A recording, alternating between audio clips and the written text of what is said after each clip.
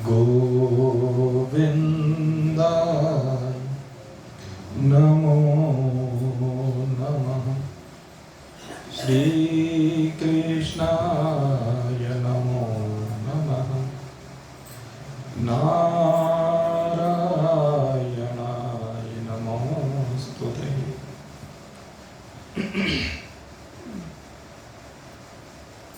उपस्थित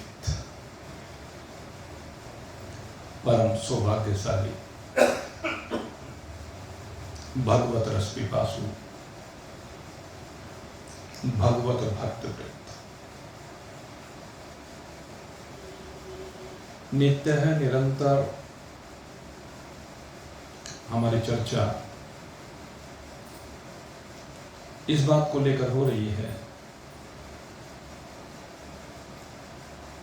कि संसार में जितनी भी क्रियाएं देखी जाती हैं वह सब क्रियाएं प्रकृति में है और परमात्मा अक्रिय है। लेकिन अक्रिय होते हुए भी समस्त क्रियाओं की शक्ति वही है, समस्त क्रियाओं का आधार अधिष्ठान वही है। जो इस प्रकार से देखता है जानता है कि सारी क्रियाएं प्रकृति की हैं, प्रकृति में हैं और परमात्मा इससे बिल्कुल विलय है, वही वास्तव में यथार्थ देखता है। और उसी के लिए कहा गया है कि वो जन्म और मरण के चक्र से विनिर्मुक्त हो जाता है। अब भगवान इसी विषय को आज और आगे बढ़ा रहे हैं। बड़ा सुंदर श्लोक यहाँ पर भगवान के श्रीमुख से श्रवित हुआ है। भगवान के श्रीमुख से होने वाले, श्रवित होने वाले ये जितने भी श्लोक हैं ना, ये अमृत है। और जो भी इनका पान कर लेता है वो भी अमृत ही हो जाता है। अमृत होने से मतलब एक तो है अमृत पीकर के शरीर से अमर हो जाए, लेकिन कहते हैं अमृत हो जाता है। पीकर के अमर होना एक अलग चीज है, लेकिन अमृत हो जाने का मतलब स्वयं तो अमृत है ही, स्वयं तो अमरना है ही, लेकिन जो उसका पान करता है वो भी अमृत हो जाता है। ये सबसे बड़ी विशेषता है, अमृत हो जाना। और कौन होता है, यही बात भगवान हमें बार बार समझा रहे हैं कि तू अपने अमृत में स्वरूप में ही विराजमान, तेरी वास्तविकता वो अमृत ही है। यदा भूत पृथग भाव मेकस्थमनुपश्यति तत एव च विस्तारं ब्रह्म सम्पद्यते तदा। कहते जिस काल में, यदा यानी जब, जिस समय ये साधक, कौन सा साधक? आप जैसा साधक। साधक आप ही तो हैं जो रोज अपने स्वरूप में उपस्थित होने के लिए प्रयास कर रहे हैं। आपने जो ग्रंथों में पढ़े हैं, महान पुरुषों से जिनके बारे में सुना है कि फलाने साधक ने साधना की और साधना के बल से निम्न सिद्धियों को प्राप्त हो गया, जगह जगह पर उनकी महत्ता का प्रतिपादन किया गया है और आपने उनका श्रवण किया है। जो भी साधक होते हैं और सिद्धि को प्राप्त हो जाते हैं, उनकी महानता का प्रतिपादन शास्त्र करता ही है, लेकिन पहले साधक होना होता है। और जैसा कि मैं कह रहा हूं, आप साधक हैं और जो साधक है सिद्धि भी आप प्राप्त करेंगे, क्योंकि साधक को ही सिद्धि प्राप्त होती है। हमारा प्रयास है कि सभी को सिद्धि प्राप्त हो, कोई भी अछूता ना रह जाए। भगवान का प्रयास ये रहता है कि जो मेरी शरण में आ गया उसका तो उद्धार होना ही है। ऐसे जो भी साधक इस तत्व ज्ञान की शरण में आ जाता है निश्चय ही सिद्ध हो जाता है, उसको सिद्धि मिल जाती है। तो ये आपकी विशेषता है, आपकी पात्रता है, जिसके द्वारा ये कहा जा सकता है कि आप सिद्ध अवस्था को प्राप्त हो। अगर साधक की साधना ना हो, महान पुरुष उसको ना देखें, तो फिर कहा नहीं जा सकता। वो इसीलिए कहा जाता है कि साधना में दम है,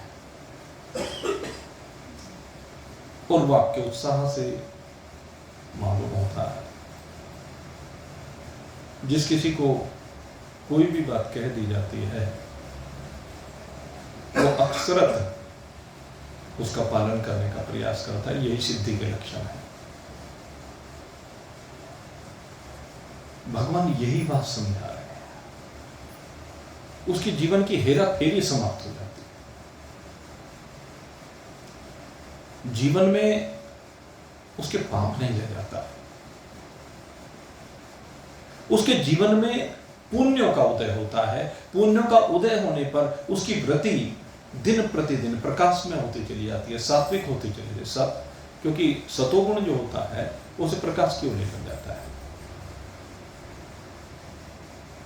तो सात्विक वृत्ति, सतोगुणी वृत्ति, प्रकाश में वृत्ति, और ये प्रकाश में वृत्ति एक दिन उसके जीवन के अंधकार को दूर करके उसे सिद्धि को प्राप्त करा देती है।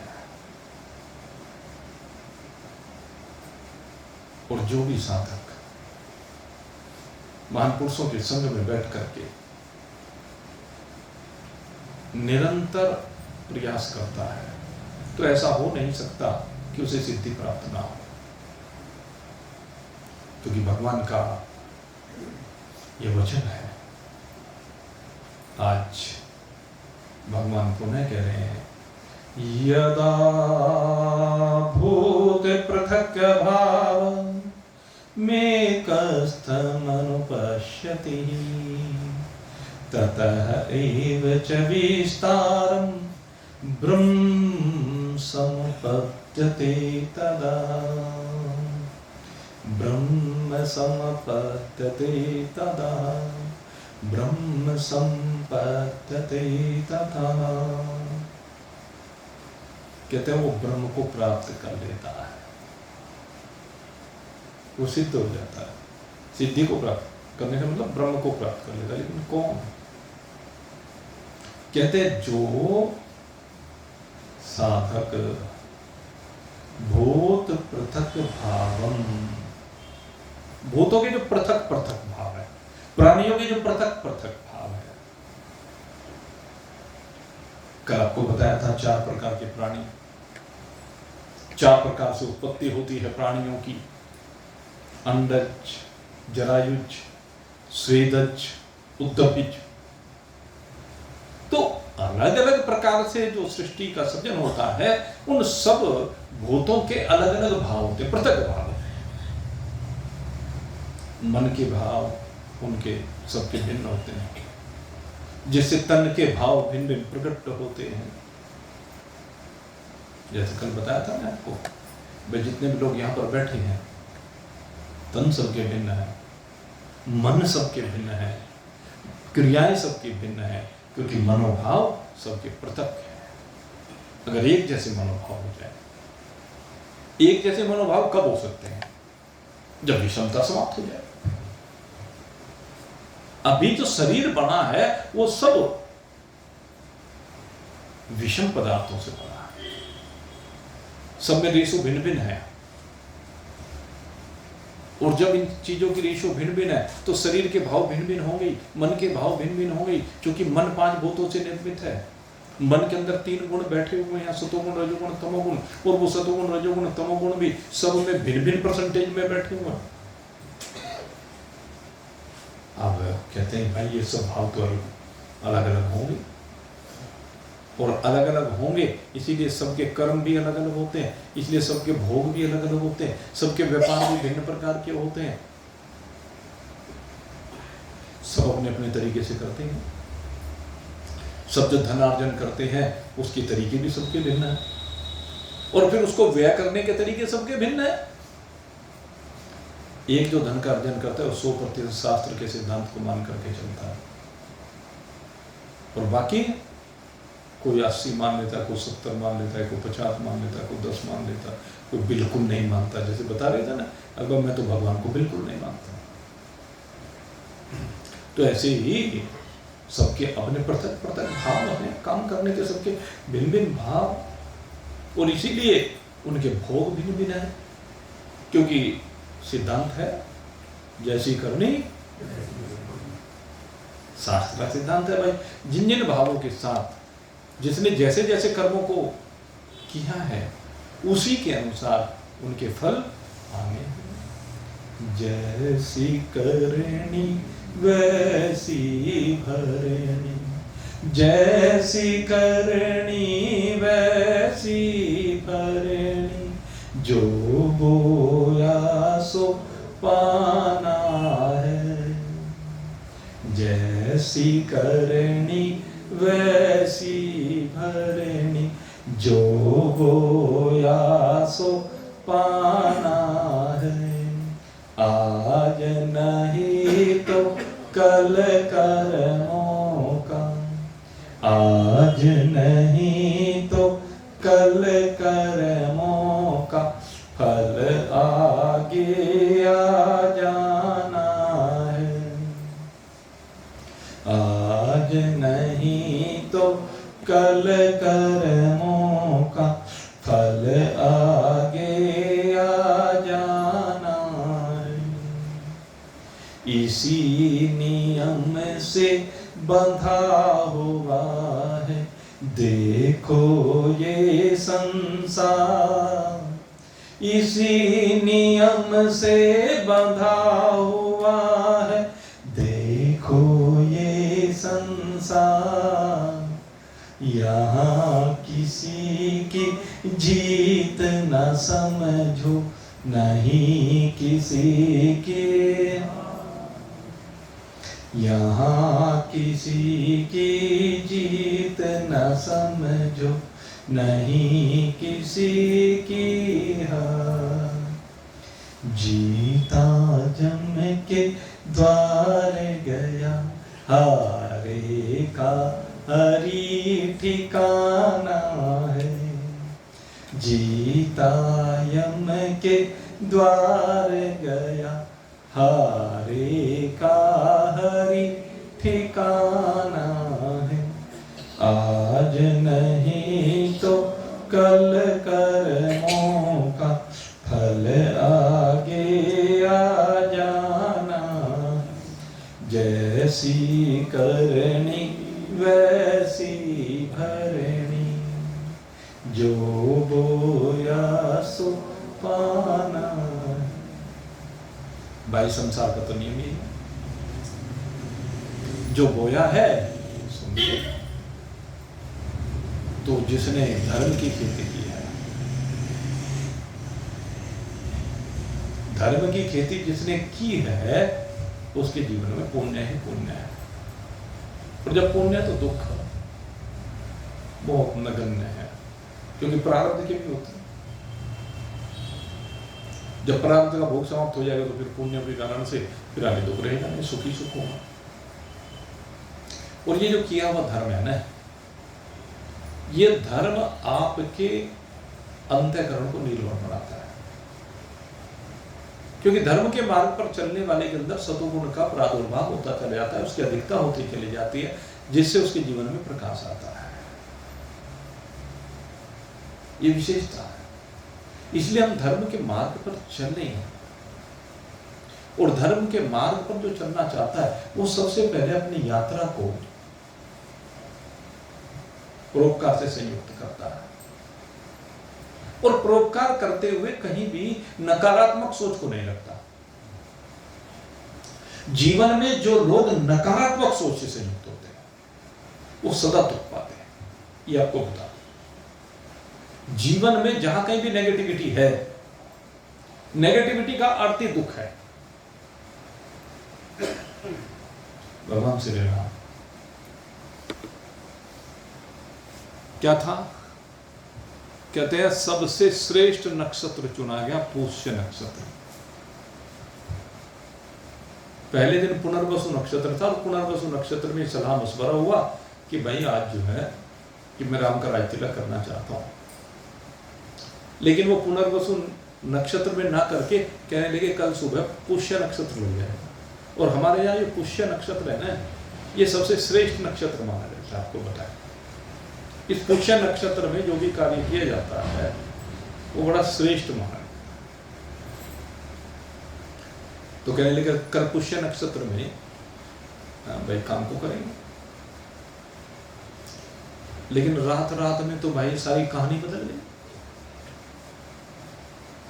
क्योंकि रात तो बड़ी लंबी थी, सारी कहानी बदल गई। और कहानी बदलने में अब सबसे बड़ी बात यह है भगवान श्री राम के भाव की बात। नेगेटिविटी सबके मन में है। मंथरा के मन से प्रारंभ हुई नेगेटिविटी, और उसका परिणाम क्या है? पीटना भी पड़ा, जलील होना पड़ा। मंथरा को पीटना पड़ा, जलील होना पड़ा। कितनी नकारात्मकता उसके जीवन में थी, और वो जो नकारात्मकता उसके अंदर भरी हुई थी, उसी नकारात्मकता को कैकेयी के मन में भर दिया। कैकेयी जो राम से असीम प्रेम करती थी। अब देखिए सीख कितनी भयंकर होती, इसलिए कहते हैं किसी के साथ बहुत ज्यादा इधर उधर की चर्चाएं मत किया करो बैठ के, और विशेष रूप से अगर चर्चा करो भी बहुत ज्यादा करो तो संतों के संग में बैठकर करो, और अगर यदि अपने मित्रों के साथ में बैठ रहे तो संतों की करो, क्योंकि संग का रंग चढ़ता। अगर यदि आप संग करते हैं अच्छे लोगों का तो उसका रंग चढ़ता है। अगर अच्छे लोगों का संग ना किया हो तो रंग नहीं चढ़ सकता। अगर यदि अच्छे कर्म करने वालों का संग करोगे तो आपके मन में भाव बनेगा कि अच्छे अच्छे कर्म ना मैं भी कर लूं। मन में भाव आने की बात है। एक सामान्य व्यक्ति जो सोच भी नहीं सकता कि मैं जीवन में इतना बड़ा कार्य कर सकता हूं, वो कर जाता है। आप कल्पना नहीं कर सकते। बड़े बड़े लोग जो कार्य नहीं कर पाते वो एक सामान्य व्यक्ति कर जाता है, और उसका कारण क्या है? संग, अच्छा संग, श्रेष्ठ संग, उससे मिलने वाले विचार। ये विचार आपको धर्म के पथ पर आगे ले जाकर के सिद्धि की ओर लेकर जाते हैं। यहां पर एक सज्जन बैठे हुए हैं, सत्संग सुनते हैं, आप कल्पना नहीं कर सकते उनके बारे में। बड़े बड़े सेठ जिन कार्यों को करते हैं उसने यहां से प्रेरणा ली। नाम मैं नहीं बोलना चाहूंगा क्योंकि उसने मना कर रखा। आपके बीच का एक बहुत साधारण व्यक्ति जिससे आप अगर यदि किसी अच्छे कार्य में अपेक्षा आप अपने दिमाग से अगर अपेक्षा करेंगे तो कहने लगे क्या दे देगा भाई, 1000 रुपये दे देगा, 500 रुपये दे देगा, इतना खर्च कर लेगा। लेकिन उसके हृदय में प्रेरणा हो, उसके मन में भाव बना, और सामृत थी या नहीं थी, उसने सामृत बनाई, और सामृत बना करके एक बहुत मोटा अमाउंट, उसके दृष्टिकोण से वो बहुत बड़ा अमाउंट है, जो सेठों के लिए करोड़ों रुपए का अमाउंट होता है, जैसे उसके लिए वो अमाउंट, और वो ला करके चुपचाप पकड़ा देता है, गुरुजी मंदिर की सेवा में लगा देगा। आप कल्पना नहीं कर सकते। ऐसे ऐसे व्यक्ति, ये क्या है? ये भाव है। हृदय उनका द्रवित होता है और द्रवित हृदय के द्वारा जब वो इस सिद्धि के मार्ग पर बढ़ते हैं, धर्म के मार्ग पर बढ़ते हैं, तो हृदय से उनके लिए निश्चित रूप से शुभकामनाएं निकलती हैं और वो सिद्धि को फिर प्रार्थना में सब कैसे हो सकती है।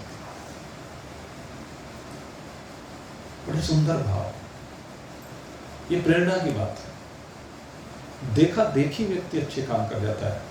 जब कोई व्यक्ति भंडारे में जाता है, दूसरों को ये देखता है कि भाई फलाना ये कर रहा है, फलाना ये कर रहा है, तो उसके मन में भी कहीं ना कहीं किसी कोने में आते रहे, क्यों ना मैं भी कर दूं कुछ, भगवान कुछ मेरे को भी ऐसा बना दे।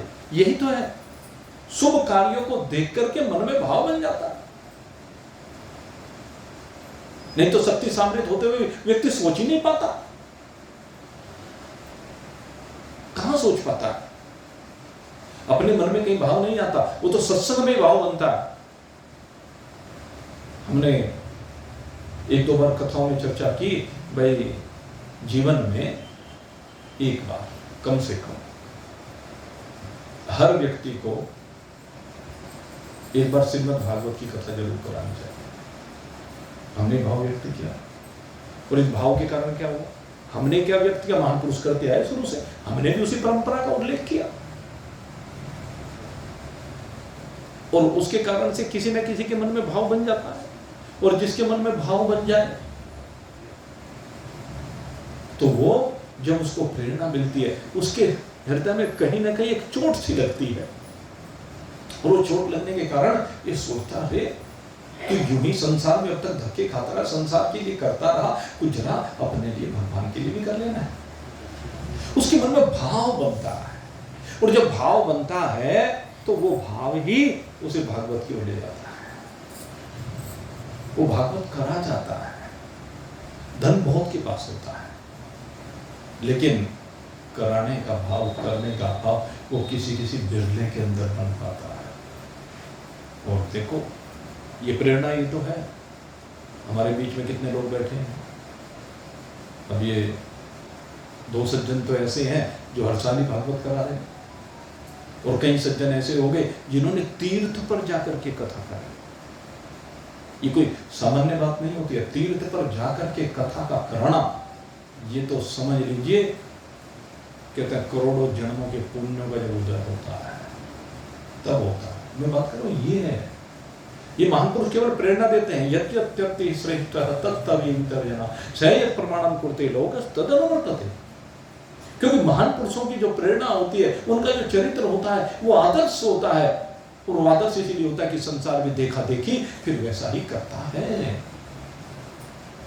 अगर यदि बाप अपने हाथ से दान देने लगे, बाप अपने शरीर से शुभ कर्म करने लगे, तो क्या उसके बच्चे उसे देख करके वैसा नहीं करेंगे? उनका भाव बनेगा, निश्चय करेंगे। ये केवल मन में भाव आने की बात है। और किस दिन किसके मन में भाव आ जाए वो कुछ पता नहीं लगता। आज हमारे दादाजी के मन में आ गया, उन्होंने भी बड़ा पुण्य कार्य किया। वो भाव ही तो आया, कहीं से तो आया। और मन में जब भाव आया तो वो फलीभूत हो गया। एकादशी का दिन है, बड़ा शुभ तिथि है और 2 ही दिन में सारा प्रयास करके काम कर दिया। काम करने की बात ऐसी होती है। तो मेरे मित्रों, भगवान यही बता रहे हैं, ये भावों की बात, पॉजिटिव भाव। आप अपने अंदर पॉजिटिव भाव लाइए, नेगेटिव क्यों लाते हो? अगर नेगेटिव वृत्ति वाले लोगों के साथ बैठोगे तो नेगेटिव आएंगे। मंथरा के संग में बैठोगे तो केकई में मंथरा का भाव हो जाएगा। यह था केकई बुरी नहीं थी, केकई तो राम से प्रेम करती थी, लेकिन मंथरा जैसी दुष्टा का संग होने के कारण से सकारात्मक से नकारात्मक हो गई। अब चिंतन करके ये नकारात्मकता हमें कितना नुकसान पहुंचाती है। इसलिए जीवन में से नकारात्मकता को खत्म करो। जो जीवन में से नकारात्मकता को खत्म कर देते हैं, मैं आपको बताता हूं उसका रिजल्ट, उसका फल। अगर नेगेटिविटी आपके जीवन से समाप्त हो गई, नकारात्मक सोच आपके दिमाग से खत्म हो गई, तो उस समय क्या होगा? नकारात्मकता खत्म होने से सबसे पहले आपका मन शुभ होगा, शुद्ध होगा। सबसे पहले आपका मन बदलेगा, और जब मन बदलेगा तो उस मन के बदलते ही आपका तन बदलने लगेगा। मन और तन का बड़ा संबंध है। इसलिए अपने अंदर से नकारात्मकता, चाहे वो किसी भी प्रकार की, बहुत प्रकार की नकारात्मकता हो सकती है, धन को लेकर हो सकती है, परिवार को लेकर हो सकती है, समाज को लेकर हो सकती है, वस्त्रों को लेकर हो सकती है, आभूषण को लेकर हो सकती है, किसी के रहन सहन को लेकर हो सकता है, किसी परंपरा को लेकर हो सकती है, न जाने किस किस चीज को लेकर। भगवान यही कह रहे हैं इसमें कि यदा भूत पृथक भावम, भूतों के जो पृथक पृथक प्रकार के भाव हैं, क्योंकि पृथक पृथक संसार में जब उसकी दृष्टि जाती है तो उन संसार में दृष्टि जाने से उसके पृथक पृथक प्रकार के भाव बनते हैं। तो कहते हैं ये जो भाव हैं भूतों के, अगर सकारात्मक हो जाए, सकारात्मक भाव होते ही आपके जीवन में आनंद आता चला जाएगा। नकारात्मकता आपको मैंने बताया मंथरा और केकई की भांति अपने आप अपने पैर पर कुल्हाड़ी मारना है, और सकारात्मकता, राम जी की सकारात्मकता को देखो। लक्ष्मण ने बहुत कहा, जब सामने बात आई, लक्ष्मण बड़े उग्र स्वभाव के, शेषनाग का था, और राम जी के लिए तो वो राम जी के विरुद्ध कुछ होते हुए देख ही नहीं सकते। लक्ष्मण ने बड़ा प्रेरित किया, यहां तक कि माता कौशल्या ने भी विरोध किया कि तू ये वन नहीं जाना। गलत शब्द तो नहीं बोला, लेकिन नहीं कि मैं तेरी मां हूं, तू मुझे छोड़कर नहीं जा सकता। बड़ा कौशल्या जी ने भी कहा, लेकिन राम जी के ऊपर किसी का प्रभाव नहीं पड़ा। कहने लगे मेरे लिए मेरे पिता, कहने लगे तुम देखते हो कि वो एक बूढ़ी केकई, वो एक बूढ़े राजा उस केकई, युवा केकई है, उसके रूप के अधीन होकर के, उसके मोह में आकर के, उसके अधीन होकर के, पता नहीं क्या क्या शब्द प्रयोग किए जाते हैं, उसके अधीन होकर के ये ऐसा कर रहे हैं, गलत कार्य है। लेकिन राम जी सबसे एक ही बात कहते हैं कि मेरे पिता धर्मात्मा है, मेरे पिता धर्मात्मा है। हमारा जो इक्ष्वाकु वंश है, उस कुल की जो परंपरा है, उसमें धर्म के मार्ग पर चलने की परंपरा है। उन्होंने अगर कोई वचन दिया है तो राम ने वचन दिया है, वो वचन राम का वचन है। क्योंकि पुत्र पिता का ही प्रतिरूप होता है, पिता अपने पुत्र में ही तो अपनी छाया को देखता है। अगर पुत्र ही पिता का अनुसरण नहीं करेगा तो कौन करेगा? कहते हैं उनकी लाचारी, उनकी विवस्था को मैं देख सकता हूं। आज उनकी जो स्थिति है कि तो उसको मैं देख सकता हूं। कहते हैं गाड़ी के दो पहियों के बीच में फंसे हुए हैं, चक्की के दो पाटों के बीच में फंसे हुए हैं। वो महाराज दशरथ के ने उनकी विवस्था को आप नहीं देख रहे हैं। और अगर यदि आज मैंने उनकी आज्ञा का पालन नहीं किया तो उन पाटों के बीच में पिस जाएंगे। आज अगर यदि उन्हें बचा सकता हूं तो मैं बचा सकता हूं, और मैं उन्हें बचाने के लिए कुछ भी करने के लिए तैयार हो, चाहे कुछ भी हो जाए। और सहस उसी पुष्य नक्षत्र में जिसमें राज तिलक होना था, स्वयं दशरथ जी ने एक बार भी नहीं कहा। महाराज दशरथ ने राम जी को एक बार भी नहीं कहा कि तुम वन को चले जाओ, मैंने वरदान दे दिया केकई को, नहीं कहा। केकई ने मांगे जरूर है वरदान, लेकिन दशरथ जी ने दिए नहीं थे। लेकिन राम जी कहते कि मां ने जब मांग लिया, एक मां ने मांग लिया और पुत्र उसे ना दे तो कहने लगे उससे बड़ा कुपुत्र कौन हो सकता है। कहने माता और विमाता में कोई अंतर नहीं है, ऐसी मेरी माता कौशल्या, ऐसी मेरे लिए विमाता केकई है। तो भाव की तो बात है, राम जी का भाव अपने पिता के प्रति पॉजिटिव है,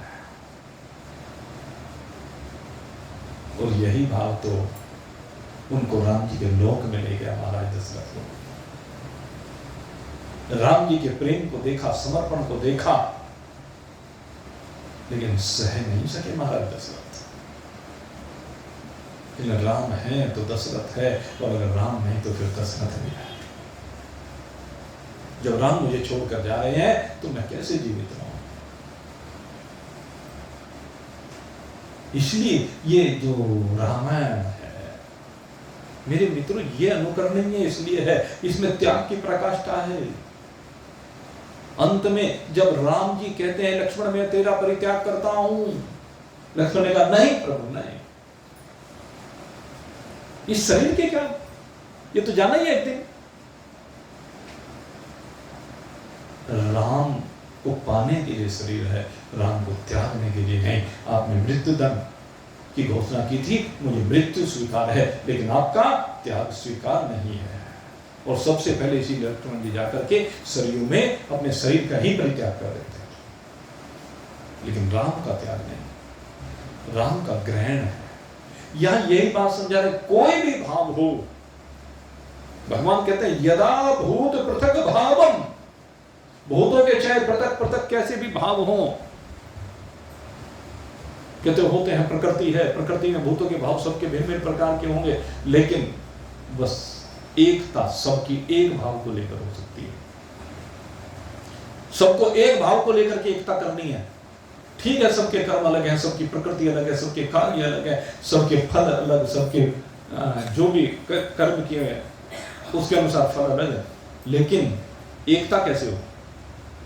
तो कहते हैं एकस्तम अनुपश्यति,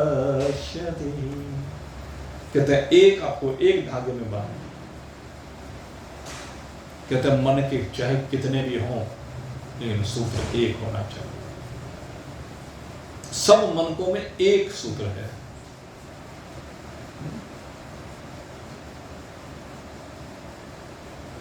ये जितने भी हैं सारे मन के तो हैं।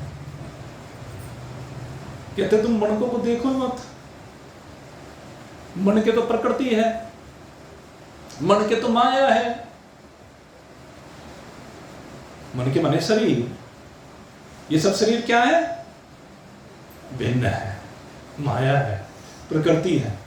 लेकिन कहते हैं सब मनकों में एक सूत्र की भांति एक स्तमनु पश्यति, कहते हैं उस एक को देखो जो इनमें बैठा हुआ है, उस एक को देख लो जो जिससे सबको सत्ता मिल रही है, जिससे सबके अंदर भाव उत्पन्न हो रहे हैं। उस एक प्रकृति को देखो, वो परमात्मा जिसका संचालन कर रहा है, उस एक ईश्वर को देख लेना।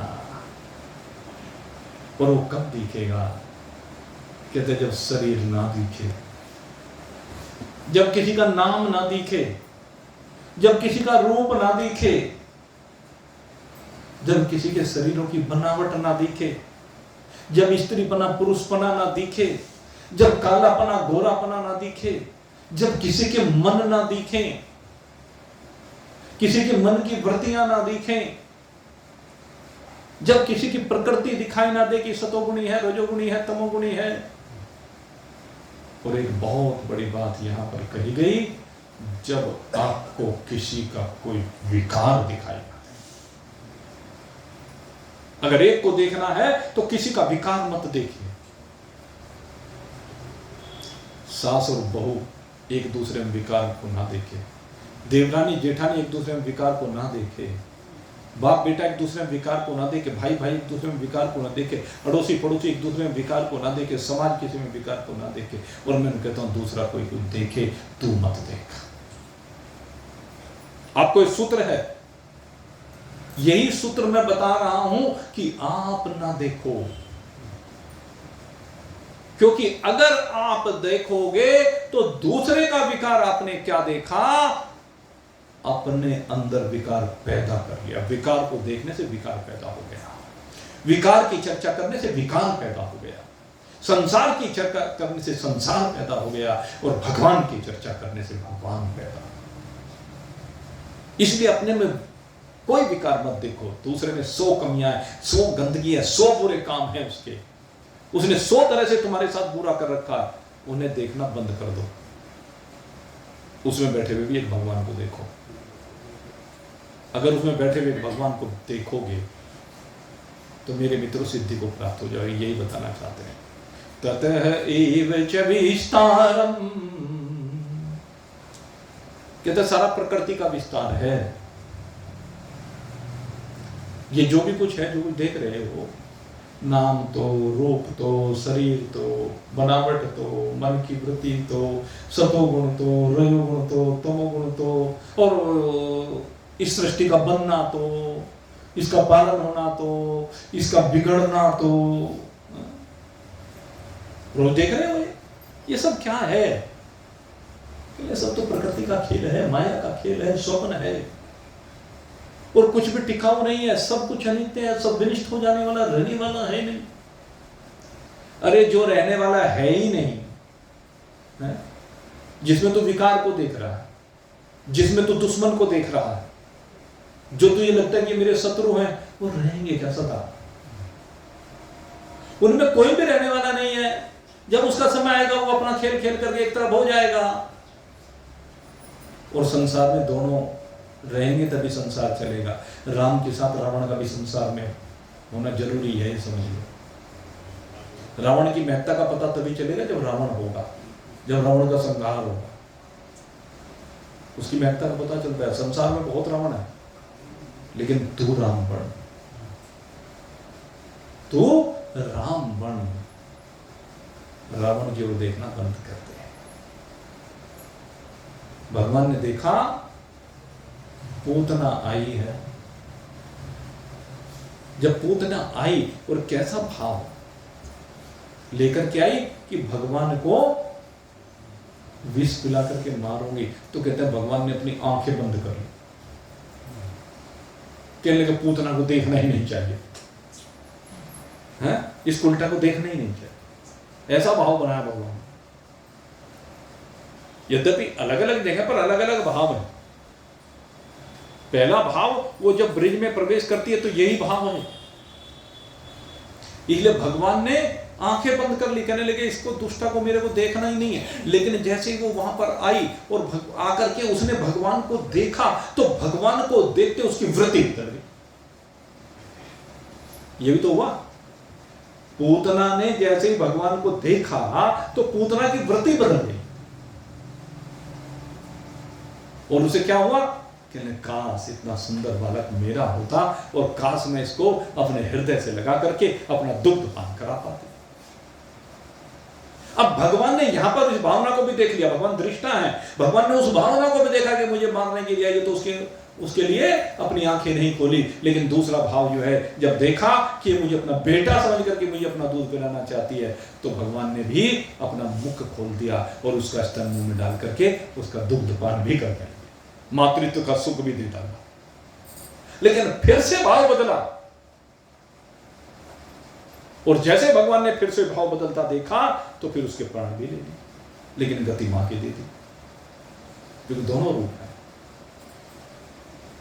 ये है मेरे मित्रों दृष्टि। आपको दृष्टा बनना है। दृष्टा इसी को कहते हैं, आप देखें लेकिन देख करके स्वयं विकारित ना हो। संसार दिख रहा है, दिख करके आपको विकारित नहीं होना, उनके विकारों को अपने में ग्रहण नहीं करना है। अन्यथा उनके विकारों को ग्रहण करने से सबसे पहले आपका मन विकारित होगा, मन के साथ फिर तन विकारित होगा, तन विकारित होगा, शरीर में रोग आएंगे, और रोग आओगे तो रोज मरोगे, रोज दुख पाओगे। इसलिए जहर को बाहर निकालो। भगवान कहते हैं इस विस्तार को जो तुमने कर रखा है, इस विस्तार को समाप्त करो, अपने को समेटो, फैलाओ मत। जितना संसार में फैलोगे और संसार को फैलाओगे, उतने फंसते चले जाओगे, उतने दुख बढ़ते चले जाएंगे। इसलिए समेटो संसार को, इस संसार में सिमट करके जियो, दृष्टा बन करके जियो, और असंग होकर के जियो। सबसे बड़ी बात है असंग होकर के जीना। जब तक चिपके रहोगे तब तक गड़बड़ है, और चिपकाओ, समाप्त करो, बस धन से चिपके रहोगे तो धन छूटेगा ही नहीं। बताओ छूट जाएगा क्या? धन शुभ कर्मों के लिए भी तब तक छूटेगा नहीं जब तक धन से चिपके रहोगे। और जब पता चल जाएगा कि धन की सर्वश्रेष्ठ गति दान है, तो चिपकाव समाप्त हो जाएगा। परिवार का पोषण तो फिर भी होगा, लेकिन अब धर्म भी होगा, दान भी होगा, पुण्य भी होगा, परोपकार भी होगा, और उससे सतोगुणी वृत्ति का विस्तार होगा, और उससे जीवन में आनंद आएगा, सुख आएगा। और नहीं तो भाई सब यही रह जाने वाला है। तो भगवान कहते हैं कि आप जो है इस चीज को समझिए। भूत पृथक भावम, भूतों के पृथक पृथक भाव में एक स्तमनो पश्यति, एक परमात्मा को देखना प्रारंभ करो। ततः एव च विस्तारम, ये जो विस्तार हुआ है प्रकृति का, ये जो माया का विस्तार हुआ है, इसमें ब्रह्म संपद्यते ततः। कहते हैं जब आप अपने से अलग ये प्रकृति के धर्मों को देख लेते हो, प्रकृति के विस्तार को देख लेते हो, प्रकृति के कार्य को देख लेते हो, तो कहते हैं उसी समय आपको सिद्धि की प्राप्ति हो जाती है, आपकी साधना परिपूर्ण हो जाती है। और साधना यही है भाई कि आप प्रकृति को अपने से पृथक देखने लगे, आप संसार को अपने से पृथक देखने लगे, आप शरीर को अपने से पृथक देखने लगे। आप आत्मा है इन सबके दृष्टा। और जिस दिन ये बात समझ में आ जाएगी उस समय ब्रह्म संपद्यते तथा, आप उस ब्रह्म को प्राप्त कर लेंगे। वास्तव में प्राप्त किए कराए हैं, लेकिन अज्ञान का आवरण पड़े होने के कारण से हमें पता नहीं है। बस सेपरेट करना है, दोनों को भिन्न करना है, और भिन्न करते ही आप आनंद में विराजमान होंगे, अपने आनंद में। यह आनंद किसी दूसरे का आनंद नहीं है, ये सारा का सारा आनंद अपना आनंद है, अपनी आत्मा का आनंद है, अपने स्वरूप का आनंद है, अपने ब्रह्म स्वरूपता का आनंद है। क्योंकि ब्रह्म का स्वरूप है आनंद, ही गुण नहीं है। ये ध्यान रखना, गुण अलग चीज होती है और स्वरूप अलग चीज होती है। गुण तो सुख है, सुख माने अनुकूलता, अनुकूलता गुण है, प्रतिकूलता गुण है। सुख भी गुण है और दुख भी गुण है, प्रकृति के गुण है। लेकिन जो सुख और दुख से विलग आनंद है वो गुण नहीं है, वो परमात्मा का स्वरूप है, जिसमें एक रास्ता है, जिसमें नित्यत्व है, जिसमें विषमता नहीं है। जब आप इसमें विराजमान हो जाते हैं तो भाई फिर तो कहना ही क्या, ये सिद्ध अवस्था होती है। और मैं फिर कहता हूँ, उसी बात को रिपीट करता हूँ, आप सब साधक हैं, सिद्धि भी आप ही को प्राप्त होगी। किसी सड़क पर घूमने वाले सामान्य व्यक्ति को नहीं होगी, घरों में चिपके हुए लोगों को प्राप्त नहीं होगी, परिवार में घुसे हुए लोगों को प्राप्त नहीं होगी, समाज में घुसे हुए लोगों को प्राप्त नहीं होगी। ये सिद्धि आप जैसे सत्संगी साधकों को ही होगी और किसी को नहीं होती है। आप जैसे काम है, यानी आप भी हैं और जो अन्यत्र सत्संग करते हैं वो सब। क्योंकि अनेक महान पुरुष हैं, अनेक महान पुरुषों के पास अनेक भक्त जाकर के साधनाएं करते हैं। एक जगह बैठ करके साधना नहीं होती है, पूरे ब्रह्मांड में साधना कोई कहीं भी कर सकता है बैठ करके। असली बात है अपने को साधना है, और साधना का मतलब ये प्रकृति से अलग अपने को जानना है। प्रकृति अलग और मैं अलग। जब आपने पृथक पृथक दोनों भावों को जान लिया तो भगवान यही कहते हैं कि उस समय आप ब्रह्म स्थिति में विराजमान हो जाएंगे, और यह स्थिति आपको आनंद के अतिरिक्त और कुछ भी नहीं प्राप्त होगा। केवल उस समय आनंद ही आनंद आपका स्वरूप होगा। आप इस स्वरूप में विराजमान होकर के रहें। इन्हीं शुभ भावों के साथ आज के सत्संग को यहीं पर विश्राम दे रहे हैं। बोलिए सच्चिदानंद भगवान की जय। और भाई कल माता अन्नपूर्णा का भंडारा दिन में लाला जी की दुकान पर और शाम को यहाँ पर, और 11 तारीख को प्रातः 8 बजे। नरेंद्र जी ठीक है, 8 बजे प्रातः 8 बजे जो श्री रामचरितमानस का पाठ बैठाया जाएगा। हनुमान जयंती का जो पर्व प्रारंभ किया जाएगा उसकी पूजा सुबह के समय कराई जाएगी। तो आप सभी लोग सादर आमंत्रित हैं भाई। और 12 तारीख को 12 बजे महाआरती होगी। तो दोनों कार्यक्रमों में आप सादर निमंत्रित हैं। और ये भी मैं आपको साथ साथ सूचना दे दूं, 11 तारीख से 14 तारीख तक यहाँ सत्संग का विश्राम रहेगा। 11 और 12 2 दिन तो भाई प्रोग्राम वो है ही, और 13 का रविवार है, 14 को एक शादी है, तो इसलिए 14 तक विश्राम रखेंगे। 15 से फिर शुरू होगा। फिर आगे की बड़ी एक नई रूपरेखा है, उसके बारे में आगे फिर आपसे चर्चा करेंगे। बोलिए सच्चिदानंद भगवान की। आओ जी, आप सब प्रसाद दे लीजिए।